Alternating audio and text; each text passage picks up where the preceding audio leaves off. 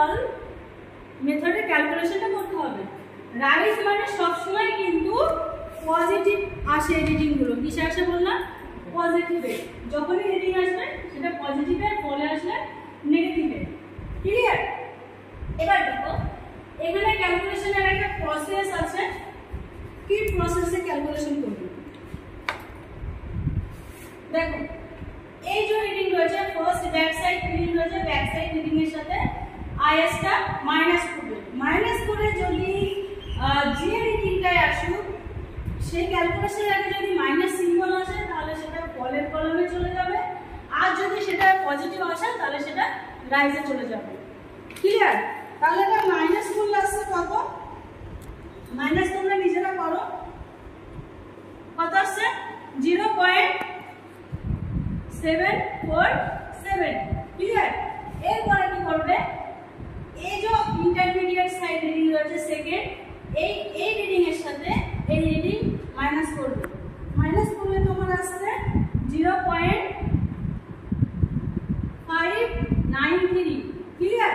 তারপর আসছে এর সাথে একে মাইনাস করবে।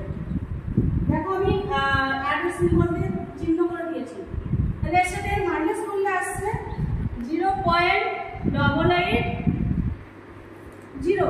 ওকে, এখানে যেহেতু দেখো আমি এখানে রেড কালি ব্যবহার করেছি প্লাস পরে ব্ল্যাক কালি ব্যবহার করেছি, সেটা তোমাদের বোঝানোর জন্য। এবার দেখো কেন করেছি, এখানটায় দেখো 4 নাম্বার পর্যন্ত একটা কাজ শেষ করা ছিল, মানে চেঞ্জ পয়েন্ট ছিল। এরপরে যখনই দেখো যেটা ব্লু কালিতে লিখেছিলাম আমি, সেটা কি রয়েছে তোমার ইনস্ট্রুমেন্টে চেঞ্জ করা আছে, তার মানে সেকেন্ড পার্ট আবার কাজ করা আছে। তাহলে এর সাথে কিন্তু এর কোনো সম্পর্ক থাকবে না। সেই ক্ষেত্রে কি করবে, এই রিডিং এর সাথে এই রিডিং মাইনাস করবে, এই রিডিং এর সাথে এই রিডিং মাইনাস করবে। ওকে, আমি মাইনাসটা করে নিচ্ছি, আগে মাইনাসটা করে নিচ্ছি। তাহলে পরপর আমি রিডিংগুলো লিখে নিচ্ছি। কত আসছে? মাইনাস করলে আসছে তোমার 1.104, সরি 0.14, তারপরে আসছে 0.200। ওকে, এবার দেখো আমি আবার আরেকটা কালার ব্যবহার করেছিলাম যেটা গ্রিন কালার। তো এখানে দেখো আরেকটা সিপি রয়েছে, সিপি যেহেতু রয়েছে তাহলে এর সাথে কিন্তু একে কখনো ক্যালকুলেশন করবে না বা মাইনাস করবে না, ওটা কিন্তু কোনো সম্পর্ক নেই। তাহলে এর সাথে একে মাইনাস করবে, এর সাথে একে, এর সাথে একে, এর সাথে একে। ক্লিয়ার? তাহলে মাইনাস এখানে দেখো ক্যালকুলেশনটা আমি করে নিলাম। এরপর যেটা করবে তোমরা হচ্ছে প্রত্যেকটা আরএল দেখো ব্ল্যাঙ্কস রয়েছে। ফার্স্ট আরএল আমরা যেহেতু জানতাম তাহলে প্রত্যেকটা আরএল আমাকে বের করতে হবে। দেখো ফার্স্ট আরএল যেটা রয়েছে, ফার্স্ট আরএল এর সাথে তোমার প্রথম যে এখানে কি করবে, পরপর আরএল গুলো বের করার জন্য আরএল এর সাথে ফলে থাকলে সেটা বিয়োগ হবে, আর রাইজে থাকলে সেটা যোগ হবে। এবার কি করবে সেটা কিন্তু স্টেপ বাই স্টেপ করতে হবে। তাহলে এর সাথে একে মাইনাস করলে কত আসছে দেখো, মাইনাস করলে আসছে 99.253। এরপরে দেখো এই যে সেকেন্ড নাম্বার আরএলটা বেরিয়েছে, এই আরএল এর সাথে এই আরএল মাইনাস করবে, তারপরে যে আরএলটা বেরোবে সেই আরএল এর সাথে এই আরএল মাইনাস করবে। তাহলে ওটা মাইনাস করলে কত আসছে 98.660। তাহলে এর সাথে মাইনাস করলে কত আসছে 97.780। এবার দেখো এরপরে কিন্তু দেখো আরএল ফলটা কিছু নেই, রাইজে রয়েছে। তাহলে এই আরএল এর সাথে যোগ করবে, পরে যেটা আসবে সেটার সাথে আবার এটা যোগ করবে, এইভাবে স্টেপ বাই স্টেপ হবে। তাহলে আমি এগুলো করে নিই, ঠিক আছে? এরপরে যেটা করবে আমি স্টেপটা শুধু বলে দিচ্ছি, নিজেরাই করো। এই যে কি রয়েছে টোটাল ব্যাক সাইড যে রিডিংগুলো রয়েছে সেইগুলো তোমরা যোগ করবে, প্রত্যেকটাই যোগ করবে, যা হবে তাই লিখবে। আর আসছে এখানে প্রয়োজন আছে, এখানে কিন্তু ইন্টারমিডিয়েট প্রয়োজন নেই।